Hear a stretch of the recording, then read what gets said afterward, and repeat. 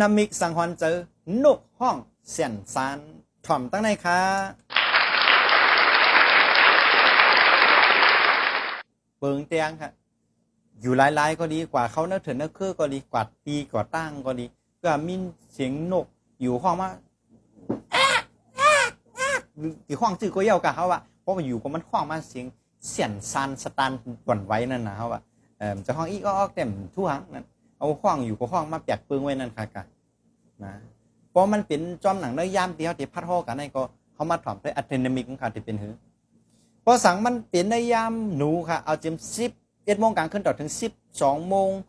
50 กว่ามินิทกลางคืนไหนปีน้องออกตั้งมาหาและมีข่าวลี้นะครับพอสั่งเปลี่ยนในยามบูค่ะเอาเจม1 โมงกลางคืนต่อถึง2 โมง 50 กว่ามินิทไหนมีข่าวมังกรลีทนนะครับสั่งเปลี่ยนในยามซื้อเนี่ยเอาเจม3 โมงกลางคืนต่อถึง4 โมง 50 กว่ามินิทกลางคืนไหนอมุตราสุกยุงเตะแจงแรงมานะครับสั่งเป็นในยามปางใต้ค่ะเอาเจม5 โมงนาเมืองแรงต่อถึง6 โมง 50 กว่ามินิทนาเมืองแรงเนี่ยจึงมีงานสังสรรค์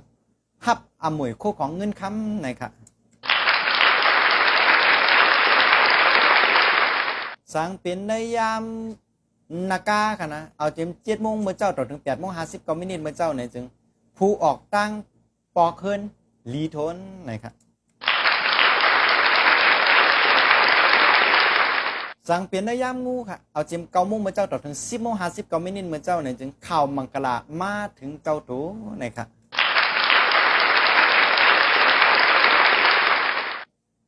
สั่งเปลี่ยนในยามมาเอาเจม11 โมงกลางวันต่อถึง12 โมง 50 กว่ามินิทกลางวันเนี่ยจางตีเจ็บเปลี่ยนอ่ำลีนะครับสั่งเปลี่ยนในยามเป้เอาเจม1 โมงไปเพราะว่า1 โมงวัยวันต่อถึง2 โมง 50 กว่ามินิทวัยวันเนี่ยปอสัตว์เลี้ยงหายเนี่ยอ่ำเปลี่ยนมังกรนะครับสั่งเปลี่ยนในยามลิงเอาเจม3 โมงไปลาต่อถึง4 โมง 50 กว่ามินิทไปลาเนี่ยมีข่าวมังกรเย้ายึงหลีนะครับ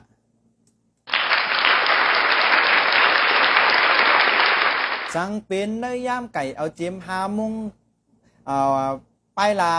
ขิงวัวกายเขาวานต่อถึง6 โมง 50 กว่ามินิทในฟ้างเสียงอมวยโคของเงินคำหือ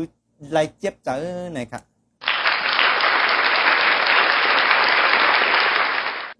สั่งเป็นในยามหมาเอาเจม7 โมงตามคำต่อถึง8 โมง 50 กว่ามินิทใน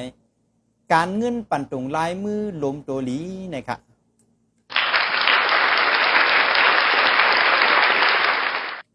สั่งเป็นในยามหมูค่ะเอาเจม9 โมงกลางคืนต่อถึง10 โมง 50 กว่ามินิทกลางคืนในเดมีซบเสียงแหละมีลองสารคาดนะครับ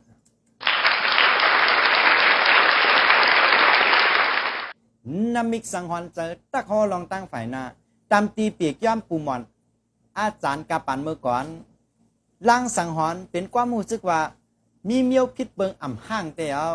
และตื้นเต็มมีลองตั้งเกิดขึ้นรวยอ่ำมีดีกว่าที่มากกันนั่นกุ้ยขาโหคออันเกี่ยวกับรวยนามิกสังหอนเจอเปิงลงมี12 โหคอกะว่าได้เป็นนามิกสังหอนเจอนางตาต้งนามิกสังหอนเจอนะ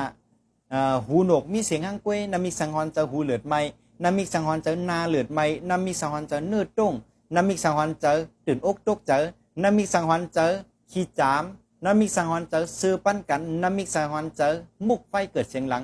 นามิกสังหอนเจอไฟแมบมาลับนามิกสังหอนเจอมาเห่านามิกสังหอนเจอนกห้องเสียนสาร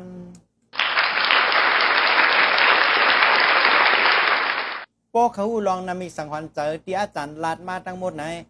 จางเตะเข้ามาในกลุ่มในไรเขากล้าเข้ากลุ่ม 1,000 บาทเข้าปอกเหลียวจ่ายปอกเหลียวอยู่ต่อโจนะฮะตอนต่างเงาตุ้งนามิกสังหอนเจอหัวในข้าเฮาอาจารย์ปัทวีปฐมาวิชัยย้อนกึดยังไว้กันได้ค่ะตอนตาวันเมื่อไหนเมื่อสงขา